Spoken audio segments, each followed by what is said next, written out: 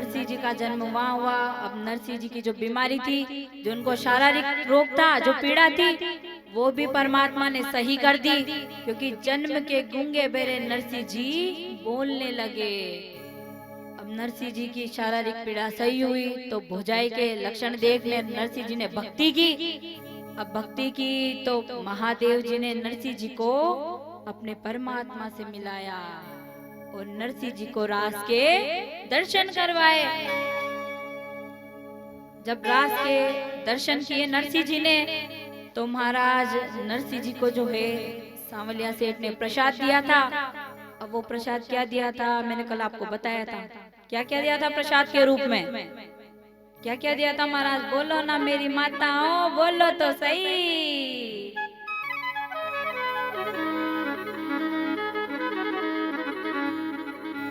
मैंने कल ही बताया, आप लोगों ने बताया नहीं? आज भूल गया? अतरी जल्दी भूल गया? अच्छा, मतलब याद है ने पर ठंडे तो महाराज बोलवा में नहीं रहो। तो जो साहरिया सेठ ने नरसिंह जी को प्रसाद दिया था, एक तो नरसिंह जी को टोपी पहनाई थी और एक जो नरसिंह जी को तुलसीदास की माला दी थी, भक्त वत्सल प्रभु दिए थे, भगवान दिए थे, और सबसे जो मुख्य प्रसाद था वो था केदार का राग। तो महाराज नरसिंह जी को ये सब देन ठाकुर जी ने वापस पृथ्वी पे भेजा कि जा नरसिंह, अभी जो तेरे कुछ कर्म है, तू पहले वो कर्म पूरे कर, पहले वो कर्म जो है तेरे कार्य है वो पूर्ण करने फिर आना। तो नरसिंह जी को पृथ्वी पर भेजे भाई महाराज।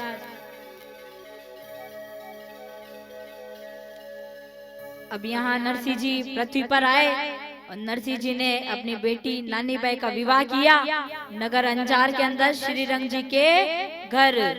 नरसिंह जी ने विवाह किया नानी बाई का नगर अंजार के अंदर। अब नगर अंजार के अंदर विवाह किया तो यहाँ नानी बाई की भी पुत्री, नानी बाई की बेटी, उसका भी विवाह तय हुआ। अब महाराज विवाह तय हुआ तो गजानन जी को पत्रिका दी ने दूसरी पत्रिका नरसिंह जी के पास ही पहुंचे। तो अब नरसिंह जी के पास कथा वो जो लिखा है कुमकुम पत्रिका, अब नगर अंजार में तो कुमकुम पत्रिका तैयार हो रही है। जब तक नरसिंह जी जो है, जब शरद पूर्णिमा के जो भी दिन थे, जो हम श्राद्ध वगैरह मनाते हैं, जो हम श्राद्ध वगैरह करते हैं, जो बड़े बुजुर्ग जो पहले शांत हो जाया करते हैं, तो उनकी आत्मा को संतुष्टि दिलाने के लिए श्राद्ध किए जाते हैं ना। जो 16 श्राद्ध आते हैं वो इसीलिए किए जाते हैं कि जीता जी तो पूजो नहीं पूजो, और मरवा पाछे तो पूछ लो, वरना की आत्मा ने शांति तो मिले महाराज। तो वो जो सारथ थे, तो नरसिंह जी की जो पत्नी थी,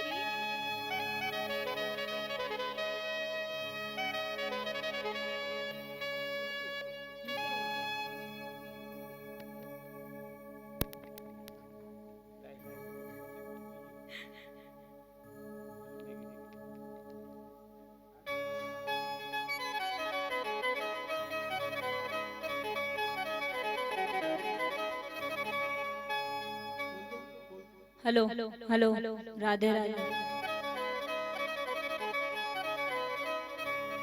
तो यहाँ अब नरसिंह जी सोचते हैं, अब नरसिंह जी की पत्नी का जो है वो स्वर्गवास हो चुका था। अब पहले के टाइम में जो स्वर्गवास अगर किसी का हो जाया करता था, तो महाराज हम करते हैं ना वो 12वां 13वां, तो जब अभी के टाइम जो 12वां 13वां हम करते हैं, तो अभी तो समस्त फैमिली जो रहते हैं अपना परिवार, उनको बस भोजन करवाया जाता है। पर पहले के समय में अगर कोई किसी का स्वर्गवास हो जाया करता था, तो पूरे गांव को भोजन करवाया जाता था, भोजन करवाया जाता था, पर प्रत्येक परिवार से एक सदस्य, क्योंकि भोजन तो करवाना अनिवार्य है। अब कितनों को करवाना है ये अनिवार्य नहीं है, पर भोजन करवाना अनिवार्य है। तो अब नरसिंह जी ने तो जो ठाकुर जी ने उनको दिया अन्न ने धन, तो नरसिंह जी ने तो वो सब दान कर दिया। तो भाई दान करने के बाद नरसिंह जी के पास तो एक वो मोटा हवेली ने चौक बचा। अब उसको क्या करे भाई, उसमें तो भजन कीर्तन कर सकते नहीं रह सकते हैं। तो अब नरसिंह जी मन में विचार करे कि भाई जो रीति रिवाज है ये तो करना पड़सी, क्योंकि महाराज रीति रिवाज कोई नहीं बदल सकता। जो रीति रिवाज पुरखों से चले आ रहे हैं, जो हमारे पूर्वजों ने किया है, तो वही आगे चल के हमको करना है। क्योंकि रीति रिवाज कोई चेंज नहीं कर सकता, कोई बदल नहीं सकता, क्योंकि जो हमारे बड़े बुजुर्ग करेंगे वो हमको करना ही है। जैसे आज मैं हूँ, मेरे दाता हुकम कथावाचक थे मुकुंद सिंह जी चौहान, तो मेरे पिताजी जो है, मेरे पापा हुकम, मेरे पिताजी हुकम, वो भी कथावाचक है, रामदेव जी की कथा करते हैं। तो आज मैं उनकी पुत्री नहीं है उनके, मैं पुत्री हूँ, और मेरी एक छोटी बहन और एक छोटी सिस्टर। पर मेरे पिताजी जो है, हम दोनों में कभी फर्क नहीं समझते कि मेरे बेटा है कि बेटी है। वो तो ये समझते हैं जो माता पिता के लक्षणों पे दिए संस्कारों पे चले वो ही असली बेटा है न बेटी है। क्योंकि बेटा बेटी जरूरी नहीं है कि पुत्र हो तो वही नाम रोशन करे, कि पुत्री रहे तो नाम रोशन नहीं करे। क्योंकि पुत्र तो नाम रोशन करेगा पर वो एक ही कुल को तराएगा, और जो पुत्री है वो दो दो कुल का नाम रोशन करे। क्योंकि नाम रोशन होए तो पुत्री के परिवार वाले भी खुश न ससुराल वाले भी खुश। तो अब यही भाई नानी भाई का विवाह हुआ। अब नरसिंह जी सोचे कि भाई श्राद्ध तो करने पड़ेंगे, पर मेरे पास तो इतना अन्न है नहीं कि मैं पूरे गांव को जो है हर व्यक्ति को भोजन करवा सकूं। पर करने पड़ेंगे तो मैं अपनी श्रद्धा अनुसार कुछ जो साधु संत रहते हैं उनको भोजन करवा दूं। क्योंकि महाराज देखो, भोजन करवाना अनिवार्य है, यह अनिवार्य नहीं है कि कितने लोगों को करवाना है। तो नरसिंह जी के जैसी मेरी क्षमता है, मेरी श्रद्धा है, मैं वैसा काम कर दूं, मैं मना तो नहीं कर रहा। तो नरसिंह जी मन में विचार यही करे कि भाई मैं कुछ साधु संतों को ही भोजन करवा दूं, जो धर्म है वो मैं अपना धर्म कर दूं। क्योंकि मेरे पास अभी इतना है नहीं कि मैं सबको भोजन करवा सकूं, तो जितना है मेरे पास मैं अपनी श्रद्धा अनुसार कर लूं। तो महाराज कुछ लोग रहते हैं गांव में, प्रत्येक गांव में ऐसे कुछ लोग हुआ करते हैं। तो वहां पे भी कुछ ऐसे लोग हुआ करते थे जिन्होंने खुद तो अपनी जिंदगी में, अपने जीवन में कुछ ढंग का कार्य किया नहीं है, और कोई दूसरा करता है तो महाराज उसको भी करने देना नहीं है। ये ऐसे लोग होते हैं। तो वहाँ पे कुछ 3-4 लोग ऐसे ही थे जो खुद तो जीवन में कभी किया ही नहीं धर्म का काम, और दूसरा कर ले तो कैसे कर ले, यही बात है महाराज। तो अब वो लोग सोचे कि भाई श्राद्ध है, अब नरसिंह जी श्राद्ध जिमाएंगे। तो वो चारों लोग चौपाई पे बातें करते करते पहुंच जाए नरसिंह जी के घर। अब महाराज नरसिंह जी के घर पहुंचे तो वो तीनों चारों लोग नरसिंह जी से कहे कि भाई नरसिंह जी, आपकी पत्नी का स्वर्गवास हो चुका है और जो श्राद्ध चल रहे हैं आपको भोजन करवाना पड़ेगा। तो नरसिंह जी के भाई मैं आप सबको कहां से भोजन करवाऊं, मेरे पास तो इतना है नहीं कि मैं आप लोगों को भोजन करवा सकूं।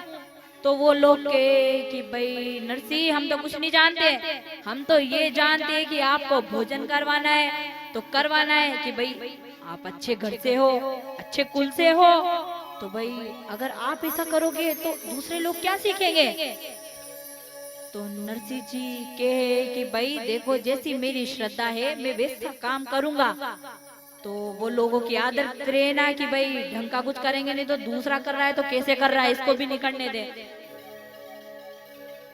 तो वो लोग नरसिंह जी को कहे कि भाई नरसिंह जी, आपके पास धन नहीं है पर आपके बड़े भाई है, आपके बड़े भाई साहब वो तो बड़े धनवान है, आप उनसे कुछ ऋण उधार ले लो।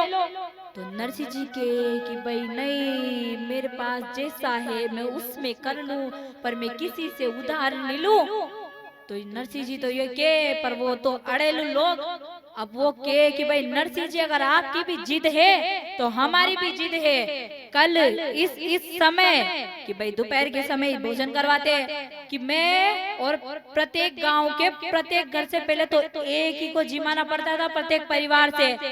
अब क्योंकि नरसिंह जी भी अपनी बात पे अटल और वो चारों लोग भी अपनी बात पे अड़ गए। अब वो चारों लोग कहे कि भाई नरसिंह जी, पहले तो आपको एक एक व्यक्ति को जिमाना पड़ता, अब तो आपके घर कल पूरे गांव के प्रत्येक परिवार के प्रत्येक सदस्य आपके घर भोजन करने पधारने वाले हैं। तो महाराज बेचारे नरसिंह जी चिंता में आ जाए। अब नरसिंह जी के कि भाई ऐसा तो कैसा हो सके। तो बेचारे नरसिंह जी फिर के कि भाई मैं मना नहीं कर रहा हूँ भोजन करवाने को, पर जैसी मेरी श्रद्धा है मैं कुछ संतों को भोजन करवा दूं। तो वो कहे कि नहीं नरसिंह जी, अब हमने जो कह दिया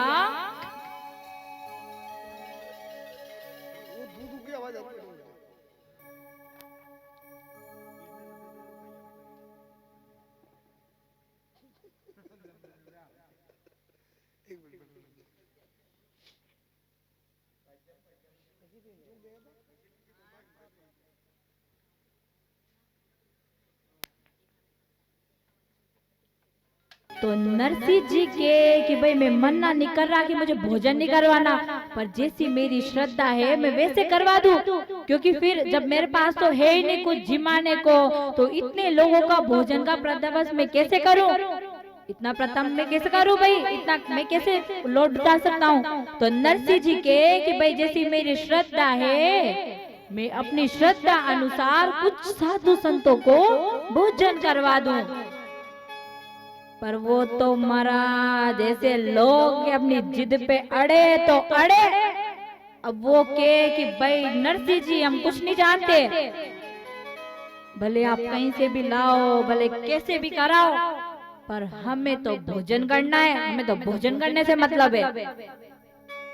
तो अब वो लोग तो भाई के ने चल दिए। अब बेचारे नरसिंह जी इधर चिंता में आ जाए और अपने सांवलिया सेठ के आगे जाए ने आंसू बहाए ने रोए, क्योंकि उनकी आत्मा महाराज अगर अभी हमें कोई कह दे कि मेरे को फटाफट से बोनस चेक फाड़ के दो 10 लाख रुपए का, तो हम क्या करें, हमारी आत्मा ऐसी हो जाए कि भाई प्रभु कहाँ से लाऊं मैं इतना धन। तो नरसिंह जी ये विचार करे न अपने सांवलिया सेठ के आके जाए, रोए पूरी रात नरसिंह जी रोए रोए कि हे प्रभु मैं इतना कहाँ से लाऊं, मैं कहाँ से इनको भोजन करवाऊं। वो तो बोल करके चले गए, पर मैं इतना लाऊं कहाँ से, मैं इनको भोजन कैसे करवाऊं। तो अब वो चारों पांचों लोग जो गए, तो गांव के बाहर जो 4 रास्ते जहाँ से निकलते चौपाई चौराया, तो वहाँ पे वो चारों पांचों लोग बैठे, वो चारों पांचों लोग चाय पीने बैठे और ऐसे मस्करे कर रहे थे। तो एक कहे कि आज तो मजा ही आ गया नरसिंह को ऐसा देख के। तो जितने में महाराज दूसरा बोलेगी अरे असली मजा तो कल आएगा जब पूरे गांव के सामने नरसिंह जी का मजाक बनेगा, नरसिंह जी की खिल्ली उड़ेगी, लोग बाग नरसिंह जी को ताना मारेंगे कि असली मजा तो कल आएगा।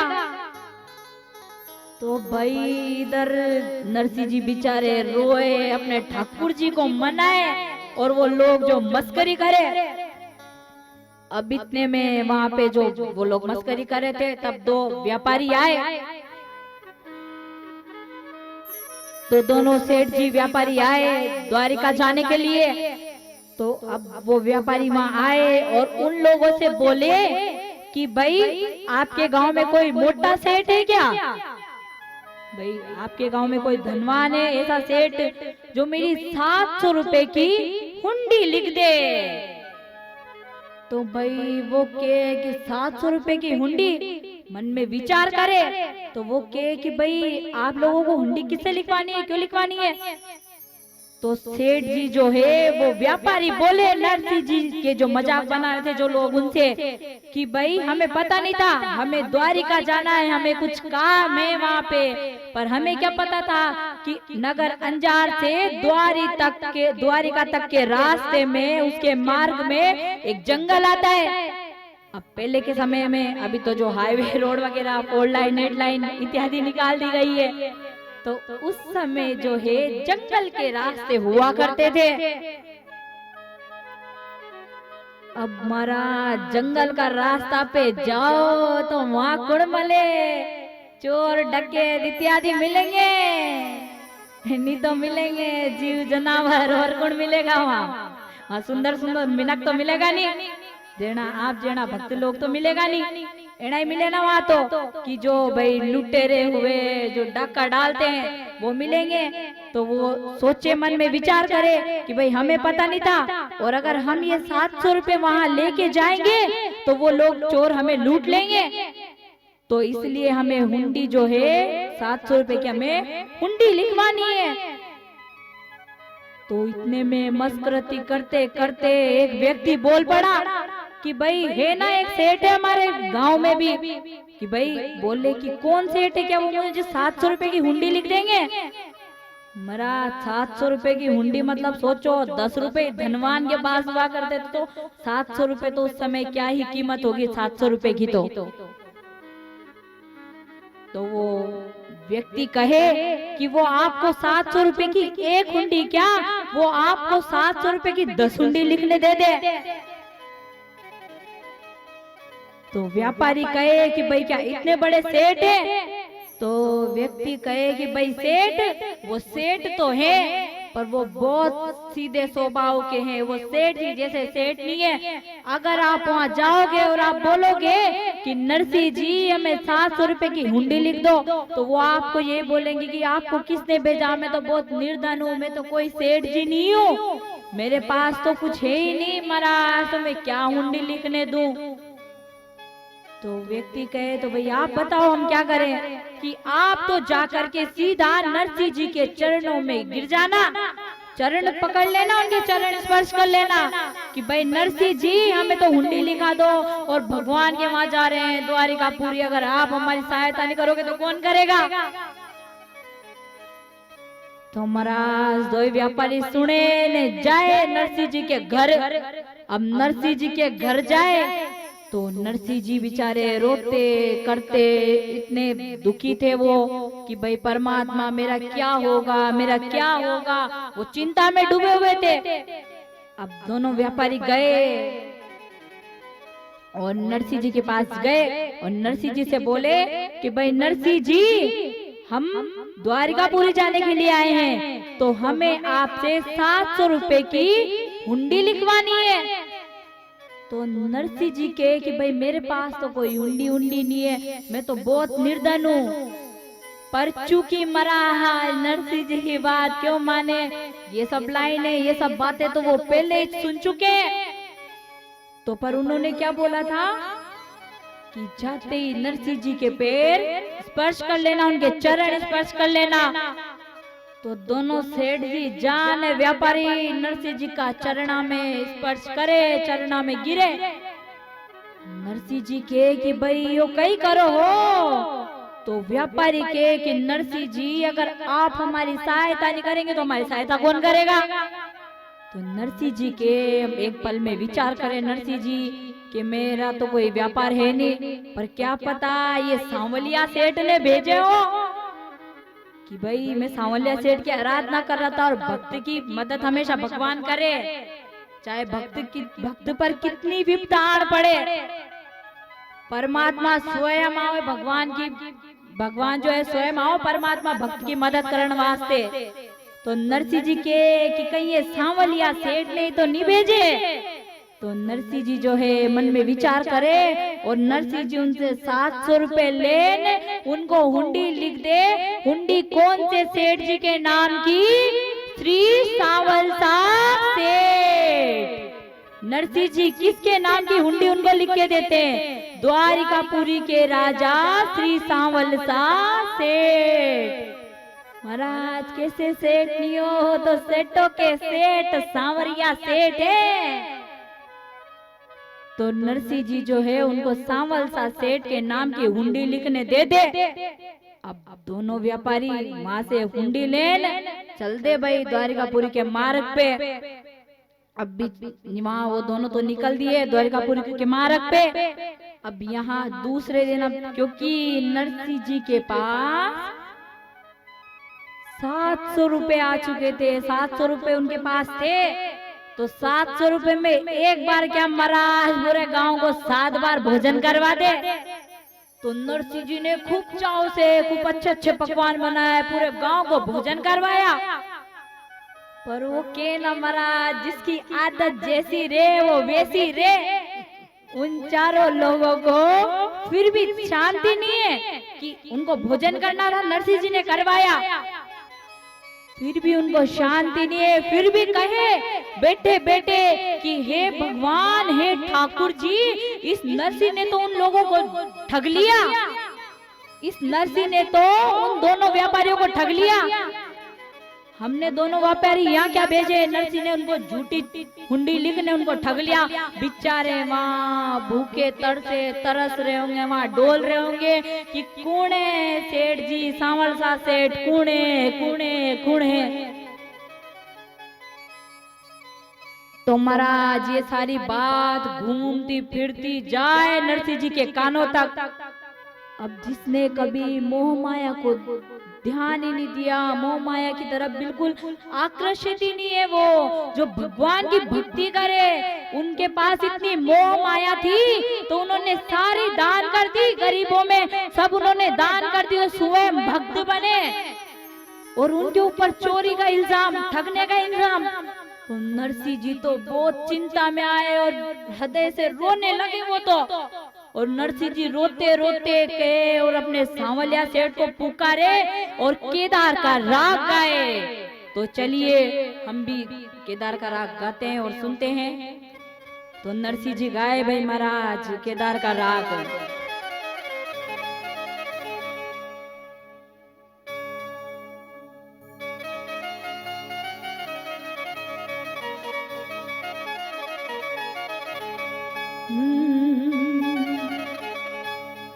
हो मारी हुंडी स्वीकारो महाराज रे, सांवरा गिरधारी।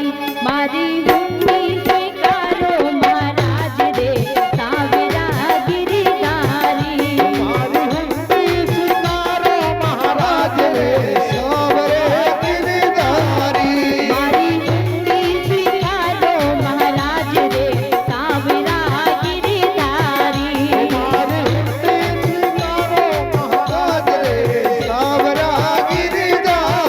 मारे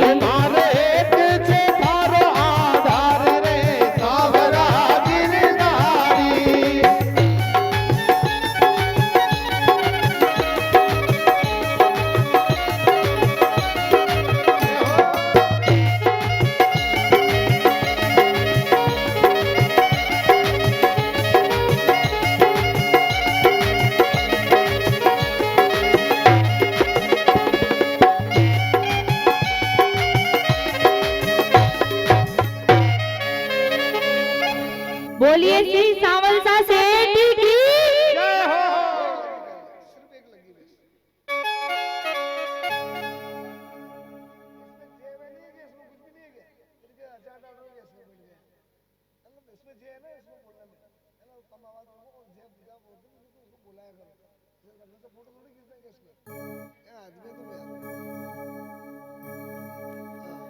तो महाराज सांवलिया सेठ जो है उनकी हुंडी स्वीकारने के लिए केदार का राग गाए नरसिंह जी सांवलसा सेठ के लिए, क्योंकि नरसिंह जी पे विपदा आन पड़ी है। अब जिसने कभी मोह माया पे ध्यान नहीं दिया, अगर उस भक्त के ऊपर ऐसी विपदा आन पड़े कि भाई ठगने का इल्जाम, तो वो भक्त क्या करेगा महाराज?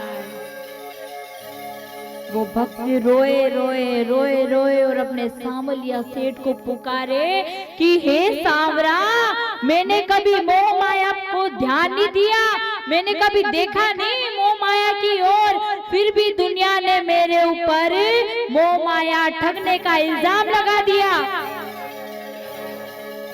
क्योंकि महाराज दुनिया एनी है, भक्ति करो तो ही परेशान, नहीं करो तो ही परेशान करे। तो दुनिया की बातों का ध्यान नहीं देना चाहिए, क्योंकि कोई भक्त अगर मंदिर जाता है तो दुनिया क्या बोलेगी कि पूरा भक्ति यही बन रहा है क्या जो रोज मंदिर जा रहा है, और वो भक्ति नहीं करेगा तो दुनिया क्या बोलेगी कि तो भक्ति भगवान में कुछ समझे ही नहीं। तो दुनिया को दोनों तरफ से प्रॉब्लम है, तो कोई दुनिया को सर्टिफिकेट देने के लिए हम आए नहीं इस पृथ्वी पर। तो ध्यान रखो तो अपने परमात्मा की, अपनी भक्ति की स्वयं ध्यान रखो।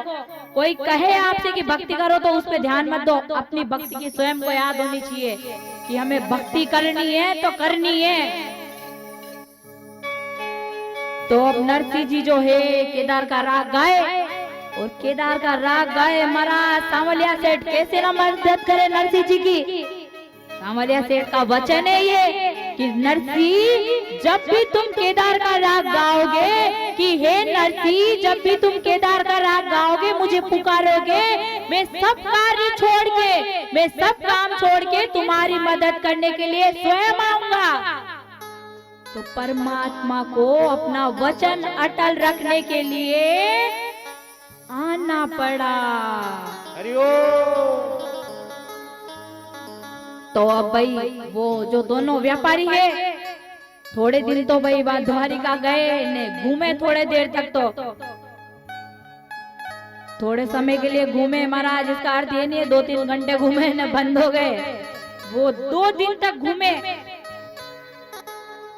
जब किसी ने नहीं बोला कि सांवलसा सेठ कौन है, क्योंकि सबने बोला कि फलाना सेठ है, वो सेठ है, वो सेठ है, पर सांवलसा नाम का तो कोई सेठ ही नहीं है। तो वो दोनों व्यापारी मन में विचार करे कि भाई नरसिंह जी ने तो हमें ठग लिया, कि हम जिस कार्य के लिए यहाँ द्वारिका नगरी आए थे, द्वारिकापुर आए थे, वो कार्य तो हुआ नहीं। अब चलते हैं नगर अंजार, नरसिंह जी को वहीं बताते हैं कि भाई उन्होंने हमें क्यों ठगा। तो महाराज देखो, अगर हम कहीं दर्शन के लिए जाते हैं परमात्मा की चारों धाम की यात्रा पे, कहीं जाते हैं पर्यटन इत्यादि पे, अगर हम कुछ समय के लिए जा रहे हैं तो हम वहां एक बार ही दर्शन करेंगे। पर वहीं अगर हम 2-3 दिवस के लिए जाएं तो हम 2 बार दर्शन करते हैं कि नहीं करते हैं? एक समय तो जब हम जा रहे हैं तब हम परमात्मा के दर्शन कर रहे हैं, और वही दूसरी ओर जब हम आते हैं अपने घर के लिए तब हम परमात्मा के दर्शन करते हैं।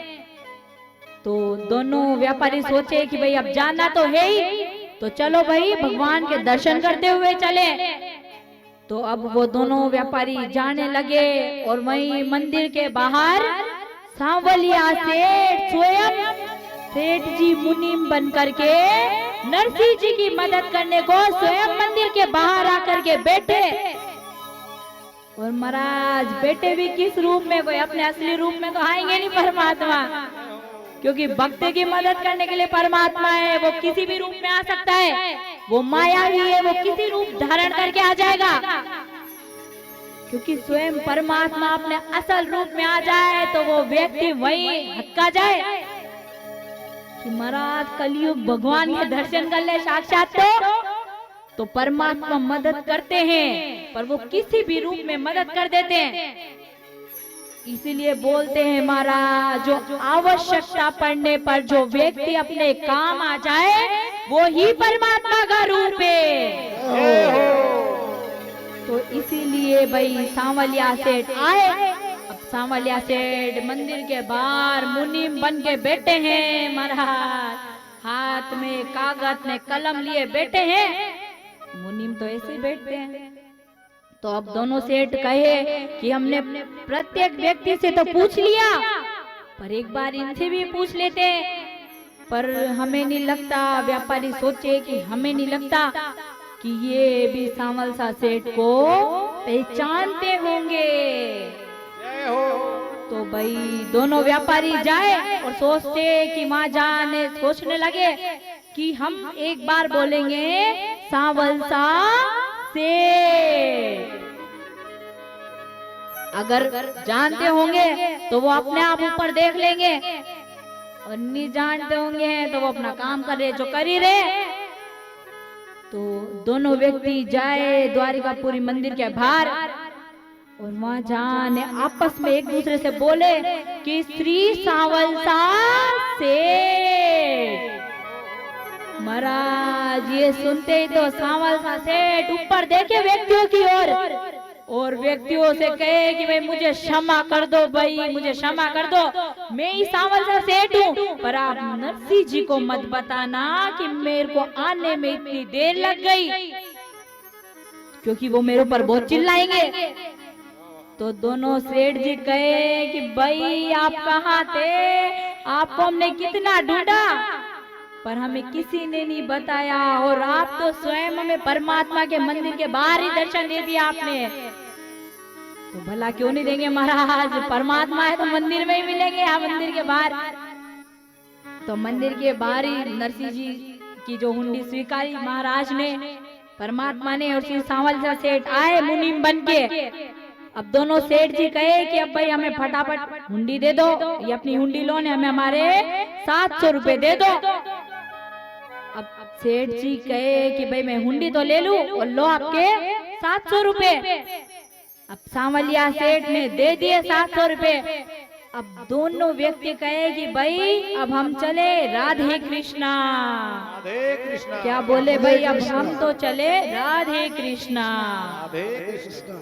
तो सांवलिया सेठ कहे कि भाई ऐसे कैसे जा सकते हो आप, अरे आपको हमारे सेठ जी ने भेजा है, नरसिंह जी ने, नरसिंह मेहता जी ने भेजा है आपको, तो वो तो हमारे सेठ जी है, हम तो उनके नीचे मुनि में, अगर उनको पता चलेगा कि उनके जो अतिथि है उनको हमने बिना भोजन करवाए ने वापस भेज दिया अपने द्वार, तो वो तो हमें महाराज निकाल ही देंगे नौकरी से। तो भाई सांवलिया सेठ उनसे कहे कि आपको भोजन तो करना पड़ेगा, इसीलिए तो क्या महाराज अतिथि देवो भव, इसीलिए कहा जाता है अतिथि देवो भव के जब अतिथि अपने घर आते हैं तो ये सोचो परमात्मा स्वयं आए। और हमारे हिंदू धर्म का ये बहुत अच्छा प्रसंग भी है, और सबसे पहला हिंदू धर्म यही है कि जो अतिथि हमारे द्वार आए, चाहे अतिथि हो चाहे कोई भी हो, हमारे जो द्वार आए उसे बिना भोजन करे नहीं जाने दे। ये हिंदू धर्म बोलता है, ये पहला हिंदू धर्म यही है हिंदू धर्म में। तो भाई इधर सांवलिया सेठ के कि आपको भोजन तो करना पड़ेगा, और दोनों सेठ जी सोचे कि घूमते घूमते हमें भी भूख लगने लग गई, तो चलो हम भोजन करें। अब दोनों सेठ जी जो है सांवल सा सेठ उनको द्वारिकापुरी की नगरी के अंदर ले जाए, जहाँ एक मोटा महल ने भवन बनाए, उस भवन के अंदर ले जाए। महाराज वहां जाने देखे दोनों सेठ जी तो उनकी आंखें अचुंबक की अचुंबक रह जाए कि भाई इतने मुनीम। तो सांवलिया सेठ के कि ये तो इतने ही है, इनसे लाखों की संख्या में व्यापार चलता है नरसिंह जी का देश विदेशों में। वो मुनीम तो अभी बाहर है, सब अपना अपना काज वहां संभालते हैं। दोनों सेठ मन में विचार करे कि भाई नरसिंह जी तो बहुत बड़े सेठ हैं, और सेठ भी क्यों ना हो, हमारा सांवलिया सेठ के भक्त हैं। तो भाई नरसिंह जी इधर चिंता करे कि दोनों सेठ जी कैसे घूम रहे होंगे, और सेठ जी तो यहाँ भोजन करे ठप्पा थी ने। अब सांवलिया सेठ कहे कि आप अगर वहां जाओ तो नरसिंह जी को ये मत बताना कि मुझे यहाँ आने में समय लग गया, देर हो गई, वरना नरसिंह जी मेरे ऊपर बहुत चिल्लाएंगे। तो वो दोनों सेठ गए कि ठीक है भाई, हम नहीं बताएं। अब दोनों सेठ जी जो हैं भोजन करने द्वारकापुरी नगरी से नगर अंजार की ओर प्रस्थान करे। अब जैसे नगर अंजार पहुंचे, या नरसिंह जी तो चिंता में इधर उधर घूमे और घर के चक्कर लगाए और अपनी आंखों से आंसू बहाए, यही चिंता में कि मेरी वजह से उन सेठों को कितनी परेशानियां हो रही होगी। तो भाई इधर नरसिंह जी तो सोचे कि जैसे ही सेठ जी आए वो दोनों व्यापारी में उनके कदमों में ही चल जाऊं कि मुझे क्षमा कर दो। तो यहाँ तो उल्टा हो गया महाराज, दोनों व्यापारी आए ने सीधे नरसिंह जी के चरण स्पर्श करे। तो नरसिंह जी के चरण स्पर्श करे तो नरसिंह जी कहे कि भाई उठो उठो, मुझे क्षमा कर दो, मुझसे गलती हो गई। तो नरसिंह जी से व्यापारी कहे कि भाई गलती आपसे नहीं, गलती हमसे हो गई, जो हमने आपके ऊपर शंका की। तो दोनों सेठ जी कहे कि भाई हमें क्षमा कर दो, और जो आपके जो एक मुनि में वो सांवल सा सेठ, वो बहुत ही अच्छे मुनि में, उन्होंने हमारी खूब सेवा की, हमें भोजन करवाया और अब हमें वहां से प्रस्थान करवाया। तो महाराज ये बात सुनते ही तो नरसिंह जी की आंखों से आंसू बहने लगे और नरसिंह जी भावुक हो गए।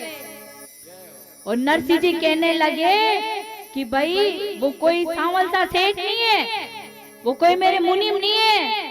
तो भाई दोनों सेठ जी व्यापारी के कि आप बहुत भाग्यशाली हो जो आपको ऐसे मुनीम मिले। तो सांवलिया सेठ के लिए नरसिंह जी कहे व्यापारियों से कि हे व्यापारियों, मुझसे ज्यादा कहीं भाग्यशाली तो आप हो। महाराज इसलिए भाग्यशाली नहीं हो कि मैंने आपको हुंडी लिख के दी, भाग्यशाली इसलिए हो कि मैं तो भाग्यशाली बस इसलिए हूँ कि सांवलिया ने मेरी लाज रखने के लिए, कि उस सांवरे ने, उस मुरलीधर ने, द्वारकापुरी के राजा ने मेरी लाज रखने के लिए सांवल सा सेठ का रूप धारण किया और आपको दर्शन दिए। जय हो। और आप मुझसे कहीं ज्यादा भाग्यशाली इसलिए हो कि उस द्वारकापुरी के राजा ने आपको स्वयं दर्शन दिए और अपने हाथों से भोजन करवाया। तो ये सुनने नरसिंह जी भावुक हो गए और नरसिंह जी आंखों से नेत्र बहे जो बहे सही महाराज। और दोनों सेठ जी भी हैं, वो नरसिंह जी को नमन करके राधे कृष्णा बोल करके अपने घर की ओर प्रस्थान कर दिए। तो इधर नरसिंह जी के हे सांवरा, मैं आपका जितना आभार करूं मैं उतना कम है, मैं आपको जितना कोटि कोटि धन्यवाद दूं नमन करूं उतना कम है कि आपने मेरी लाज रखने के लिए परमात्मा, आपने मेरी लाज रखने के लिए स्वयं पृथ्वी पे आए, आप मुनीम का रूप धारण करके। तो महाराज भक्ति भी ऐसी है नरसिंह जी की कि परमात्मा को स्वयं आना पड़ा। तो बोलिए नरसिंह मेहता सरकार की जय हो। ये तो बोलो महाराज, जैसे उनके काज सवारे आपके भी सवारेंगे, पर जयकारा तो लगाओ, कुछ तो मुख से निकालो अपने वचन। बोलिए सांवलिया सेठ दरबार की। एक भैया अभी आपने बुलाना, मेरी माताओं से निवेदन है जयकारा बोलने में कोई संकोची ना करे, क्योंकि अगर यही अभी यहाँ किसी का विवाह हो रहा होता ना तो ये माताई बहने ठंड वंड तो जाए और वो नाचे जो नृत्य करे। पर मैं तो नृत्य के लिए भी नहीं बोल रही हूँ आपको, मैं तो जयकारा लगाने के लिए बोल रही हूँ मेरी माताओं बहनों। तो जयकारा तो लगाओ, बोलिए सांवलिया सेठ की, ऐसे जयकारा लगाओ तो आपने भी ऊर्जा मिले न माने भी ऊर्जा मिले। तो भाई नरसिंह जी को इस प्रकार सांवलिया सेठ ने दर्शन दिए। अब इधर नानी बाई के ससुराल में चलते हैं। अब हम नानी बाई के ससुराल में तो महाराज विवाह का ऐसा उत्सव हो रहा है, ऐसा कि पूछो ही मत। असल कथा यहाँ से प्रारंभ है, वो सब इंट्रोडक्शन था अभी तक। तो नानी बाई के मायरे का वहाँ बहुत जोरों शोरों से, नानी बाई की पुत्री के विवाह का बहुत जोरों शोरों से चल रहा है उत्सव। इतनी तैयारियां चल रही है कि पूछो मत। एक तो के उनने बुलाओ, एक के वन ने बुलाओ, पर नरसिंह जी का तो कोई नामो निशान ही नहीं है। तो बुलाए भी तो क्यों बुलाए महाराज, मोंडिया है साधु संते आने कहीं करेगा, मोंडिया ही तो रह गया। ये श्रीरंग जी के घर वाले सोचे तो कि हम तो सबको बुला ले पर नरसिंह जी को नहीं बुलाए। तो इधर नरसिंह जी के मायरे में भाई चलना है, सांवलिया सेठ को कल आना है मायरा बनने। तो इधर कुमकुम पत्रिका तैयार होती है और कुमकुम पत्रिका लिखाई जाती है। तो कुमकुम पत्रिका लिखाए ने तैयार होए तो सबसे पहली कुमकुम पत्रिका जाए गणेश जी महाराज के वहां, परमात्मा के वहां, क्योंकि महाराज जब तक शुभ कार्य में परमात्मा नहीं आए तो वो शुभ कार्य शुभ नहीं माना जाता।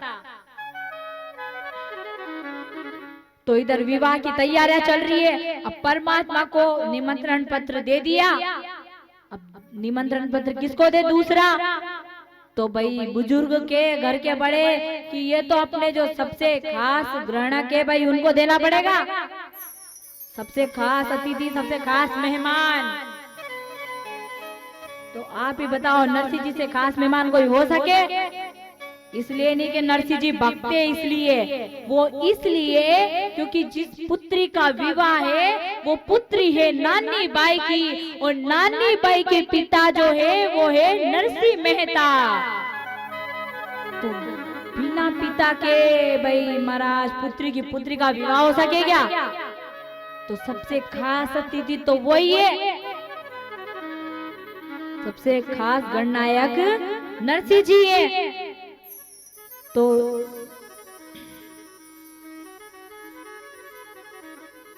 महाराज अब नरसिंह जी का नाम लिया एक घर के बुजुर्ग ने कि सबसे खास विनायक तो है नरसिंह जी। अब नरसिंह जी की बात सुन के तो हल्ला ही मच गया कि भाई वो मोंडिया आएगा क्या यहाँ ब्याह में? अगर मोंडिया यहाँ आ गया ब्याह में तो समाज में तो हमारी तो महाराज पूछो ही मत क्या जय जयकार होनी है कि आपके श्रीरंग जी ऐसे आपके रिश्तेदार है जो मोंडिया है, जो साधु संत है। पर क्या करे महाराज, घर के बुजुर्गों ने कहा है माननी तो पड़ेगी बात। अब इधर कुमकुम पत्रिका तैयार हुए, नरसिंह जी का जैसे ही नाम आया तो सब चिंता में आ गए सिवाय नानी बाई को छोड़ के। अब सब लोग चिंता में आ गए और सोचे इधर उधर घूमे कि भाई करे तो क्या करे, करे तो क्या करे। नरसिंह जी को विवाह में तो बुलाना पड़ेगा, पर ऐसा भी तो कोई उपाय हो जिससे नरसिंह जी को कुमकुम पत्रिका जाए, इनविटेशन कार्ड जाए, पर नरसिंह जी आए ना। तो सब मन में विचार करे और नानी बाई की जो सासू है वो घर के गोल गोल चक्कर लगाए, गोल गोल चक्कर लगाए। अब गोल गोल चक्कर लगाए तो महाराज इतने में नानी बाई की बूढ़ी सासू आए। बूढ़ी सास मानो तो महाराज सासू की भी सासू माँ, क्योंकि महाराज इसलिए बताया क्योंकि अभी सासू माँ के तो ठिकाने नहीं है टिकने के, तो बूढ़ी सासू माँ तो बताना अनिवार्य है। तो बूढ़ी सासू माँ मंदिर जाने आए और के की बींदनी आप पत्री चिंता में कशा घूमो हो, अपनी चिंता में कैया घूमो हो, माने कई तो बताओ बींदड़ी, बोलो तो बींदड़ी, अरे बोलो तो भाई बींदड़ी ये बात सुने न, बींदड़ी के हालो बींदड़ी ने, भाई महाराज अगर कोई चिंता में घूम रहा है कि कोई विचार कर रहा है मन में, और अगर आप उसको जाके छेड़ दोगे तो वो यही तो बोलेगा कि क्या है, दिन भर मुझे क्यों परेशान करते हो, ये बोलेगा ना हमारी माताओं बहनों, ये बोलेगा। वो आपकी मुस्कुराहट बता रही है। तो भाई वो घूमे बींदड़ी, पर सासू जो है बूढ़ी सासू, वो ये नहीं सोचे कि मेरी बींदड़ी ने मुझे चिल्ला दिया, मुझे ऐसा जवाब दे दिया। और आजकल की सासू है तो महाराज कुछ पूछो ही मत, अरे बींदड़ी चिंता में है तो सासू जी कुछ पूछ ले और बींदड़ी चिल्लाने जवाब दे दे तो सासू जी कहे कि भाई मेरे ऊपर चिल्लाई तो क्यों चिल्लाई।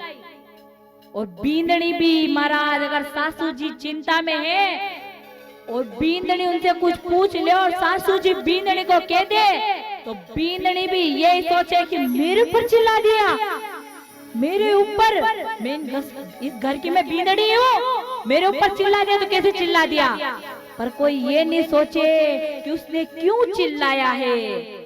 अगर हमें कोई अगर चिल्ला देता है तो हमें ये नहीं सोचना चाहिए, ये उस बात का बुरा मत मानो कि उसने हमारे ऊपर चिल्ला दिया, इसके बजाय तो ये जानो कि उसने क्यों चिल्लाया है, उसका कारण क्या है, उसका कारण जानो तो इस सुखी से रह पाओ। तो कभी अगर सासू जी से कुछ गलतियां वलतियां हो जाए तो बींदड़ी को इतना लोड नहीं लेना चाहिए, और बींदड़ी से भी हो जाए तो सासू जी को माफ कर देना चाहिए अपनी बेटी समझ के। तो भाई इधर बींदड़ी से पूछे बूढ़ी सासू के, भाई बींदड़ी बोलो तो, अरे बींदड़ी बोलो तो हो यो कई। तो बींदड़ी के कि भाई कुछ नहीं हुआ, वो नरसी जी जो है ना उनको विवाह में बुलाना है। तो महाराज ये सब बात सुनने सासू जी के कि बस बींदड़ी इतनी सी बात महाराज, क्योंकि डोकरियों के पास होश है, जोश नहीं है पर होश है, क्योंकि होश बुजुर्गों के पास ही मिलेगा, अपनों से बड़ों के पास ही मिलेगा। और महाराज जोश तो हर कहीं मिल जाए। तो डोकरी के कि भाई बींदड़ी इतनी चिंता क्यों करो हो, मैं भी हूं ना। तो बींदड़ी के कि भाई सासू जी अब इन रो कई उपाय है, सोचो ने माने बताओ। तो महाराज सासू जी के कि आओ बींदड़ी मारे पास बैठो। महाराज ऐसा ही करना चाहिए। अगर बींदड़ी की थोड़ी तारीफ कर दो कि भाई मेरी बींदड़ी तो इतनी अच्छी, इतना अच्छा भोजन बनाए, कोई अतिथि आए तो इतने अच्छे से रखे, और खास करके तो मेरी माताओं बहनों पीहर का कोई आ जाए और जब तो पूरी बहू की गीताई बाज दो, बहु पुराण बाज दो पूरी, तो देखो अगले दिन से चाय ने नाश्ता ने भोजन सब समय पे आ जाए। तो क्योंकि मीठे बोल बड़े अनमोल, तो मीठे बोल बोलो हो तो अनमोल ही है। अगर मीठा बोलोगा तो जीवन में सुखी सुखे।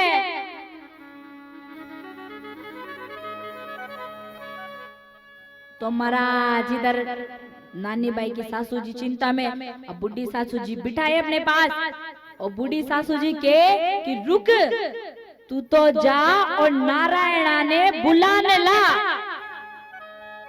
नारायण कौन है? नानी बाई रो छोटो देवर, जिनरो नाम है नारायणो। नारायण नाम है पर घर वाले यही के नारायणो, तो कथा में भी यही है महाराज नारायणो। अब बूढ़ी सास के कि जा बींदड़ी और नारायणा ने बुलाने ले आ। तो बींदड़ी के कि भाई बुलाने लाओ। अब सासू जी ने ऑर्डर दिया है, मानना तो पड़ेगा, सरकार है आखिरकार, वो भी घर की। तो वो नारायणा देवरा ने बुलावे और सारा घर का मिलने मौजूद होए और आइए जानते हैं कुमकुम पत्रिका में क्या क्या नरसिंह जी से मंगवाया जा रहा है। तो आइए हम सब कुमकुम पत्रिका में चलते हैं और पढ़ते हैं और जानते हैं।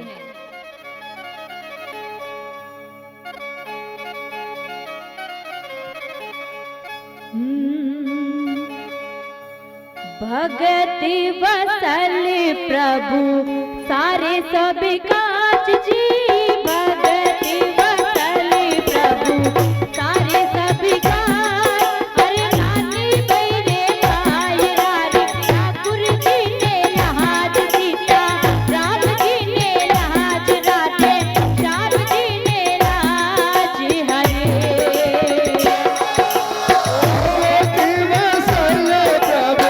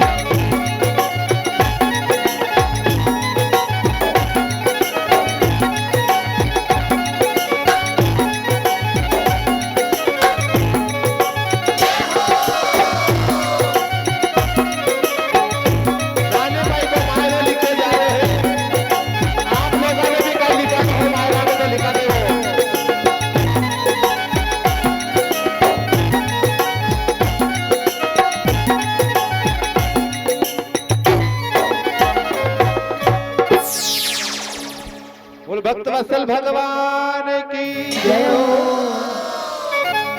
तो महाराज अब यहाँ नानी बाई के मायरे की तैयारियां चल रही है बड़े जोरों शोरों से। और चले भी क्यों ना महाराज, श्री रंग जी की पोती है और नरसिंह जी की तो पुत्री की पुत्री है।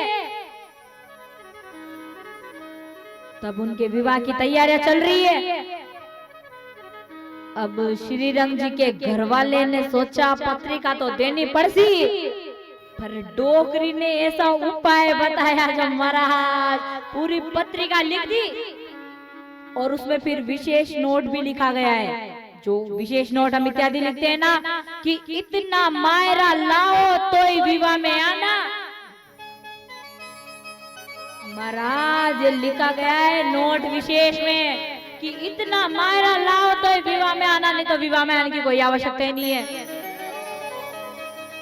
ऐसे तो रिश्तेदार हमारा अपने ब्याह जी को बुलाने के लिए लिखा है मायरा। तो अब जो मायरे में लिखा है, जो मैंने अभी बताया था मारवाड़ी भाषा में जो पढ़ा है मैंने, क्योंकि असल कथा में वही लिखा है, तो अब मैं उसका हिंदी अनुसार आपको बताती हूँ कि प्रथम लिखू गण ईश को पुनी जूनागढ़ जान। अरे प्रथम लिखू गण ईश को पुनी जूनागढ़ जान, तापा चे सब जाए में अरु जब जान पिछाण। तो महाराज उसका यही अर्थ है कि प्रथम पत्रिका हमने लिख दी, बोला है आपने नरसिंह जी को पहुंचाने, तो हमने लिख दी। नरसिंह जी को हमने पत्रिका तो लिख दी, पर अब जाएगा तो जूनागढ़ जाए कौन जूनागढ़ जाए महाराज? जब हमारे रिश्तेदार हमारे ब्याह जी नरसिंह जी तो मोंडिया है, साधु संते, उनके वहां जाएंगे क्या हम? तो कौन जाए महाराज? अब पत्रिका लिखी तो है, तो पत्रिका लिखते लिखते सबने अपने अपने लिखवाई है कि इतना इतना मायरा तो लाना ही होगा। ये सब पत्रिका में लिखा है। और दूसरी लिखिए, पंच लिखी बहु पत्रिका गवने निज निज झाम। पंच लिखी बहु पत्रिका गवने निज निज धाम। अरे देने लगे का शोधने कुणले सबको नाम। सबने मिलकर के पत्रिका तो लिखा दी, सब लिखा दिया, पर जाए तो जाए कौन? इतनी देर में जो सासू जी बची, नंदल बाई सा बचे ने दोराण्या जेठाण्या सब आके बैठ गई। और उनको जैसे पता चला कि नरसिंह जी को जा रही है पत्रिका कि भाई मायरा तो लाएंगे, तो हम भी मायरा क्यों नहीं लिखवाए? इस घर के सदस्य हमें भी मायरा चाहिए। अगर इसको इतना लाना है तो हमें भी इतना लिखाओ। तो सास ननद और दोरानी जेठानी सब मिल बैठी आए और कागज कालम मंगवाने लेखक लियो बुलाए। सब आके बैठ गई ने सब लिखाने लगे कि हमें तो इतने इतने वस्त्र चाहिए, इतने इतने गहने चाहिए, ये वस्त्र ये गहने हमें चाहिए तो चाहिए। और महाराज अगर मायरा बनने जाओ तो लाने भी पड़ेंगे। तो ये सब बातें लिखवाए सास ननद दोरानी जेठानी। अब इतने में सब सोचे कि भाई लिखा तो दिए, पर पत्रिका देने जाना तो पड़ेगा ना। बिना पत्रिका दे इतना मायरा कहां से आएगा? सही है कि नहीं हमारा? सही तो बात है। जब तक हम व्यक्ति को बोलेंगे नहीं, वो काम कैसे करेगा?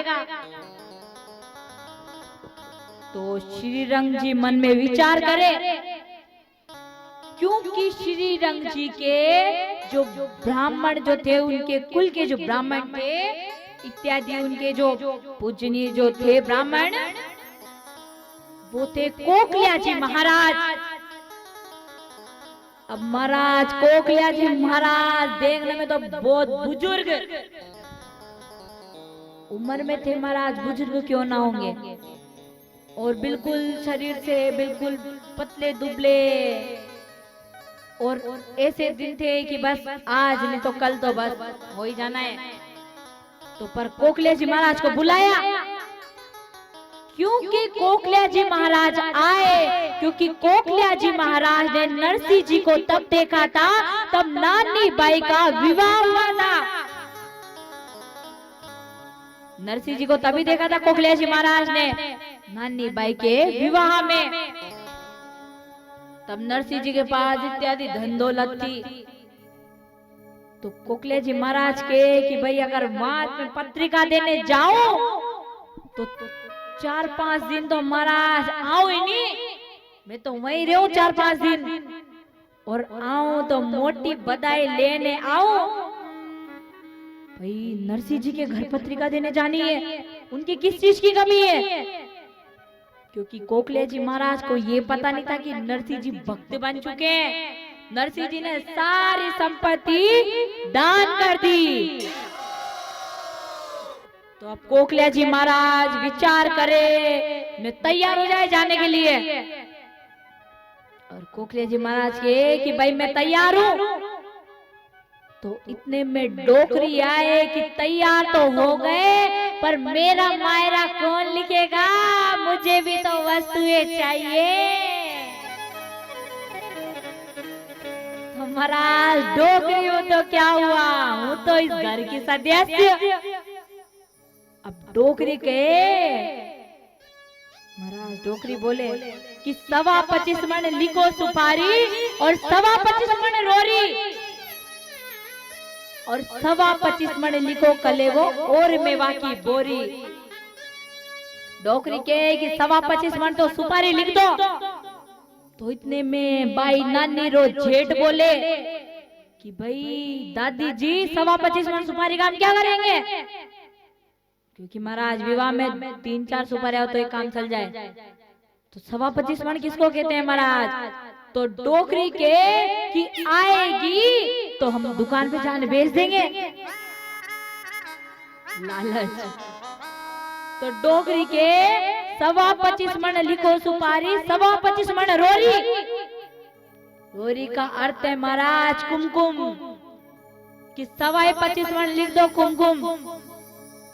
तो इतने में बाई की दो बोले देरानी जो है वह बोले बीच में, और ननंद बोले दोई बोले कि भाई इतनी रोरी का इतनी कुमकुम काम करेंगे क्या, कि आएगा तो हम वो दे देंगे, हम दुकान पे दे देंगे, पर आए तो और लिखे 25 मन लिखो कलेवो और मेवा की बोरी। कि मुझे तो कलेवा भी इतना ही चाहिए, मेवा की बोरी भी इतनी चाहिए। मेवा की बोरी तो महाराज हम ही खा लेंगे, ने विवाह में मिठाई बनाने की जरूरत ही नहीं पड़ेगी। तो डोकरी ये सब बातें लिखवाए पत्रिका में मायरे में। फिर डोकरी बोले इतने में भी उनका मन नहीं भरे, क्योंकि जो लालच होया करे उनको कितना ही दे दो उनके उतना ही कम है। तो महाराज डोकरी के कि 80,000 तो मोहरा लिख दो और करोड़ों रुपया रोकड़ी। अरे 80,000 तो मोहरे लिख दो महाराज, 2-4 मोहरा लिख दे जिसमें तो अपने कहीं हालत हो जाए, तो 80,000 मोहरा किनने के कि 80,000 तो मोहरे लिख दो और करोड़ों रुपये रोकड़े में लिख दो, कि मुझे तो कैश नगद चाहिए करोड़ रुपए। डोकरी के कि मैं लिख दो। फिर भी डोकरी का मन नहीं भरा है, तो डोकरी के अरे कागज में दो भाटा लिख दो, यूं उठ बोली डोकरी। और महाराज भाटा लिखने को अर्थ है ये कोई भाटे नहीं लिखवा रही है वो डोकरी। आप एक तो सोच रहे हो कि भाटे लिखवा रही हो। भाटे लिखवाने का अर्थ है सोने की ईट।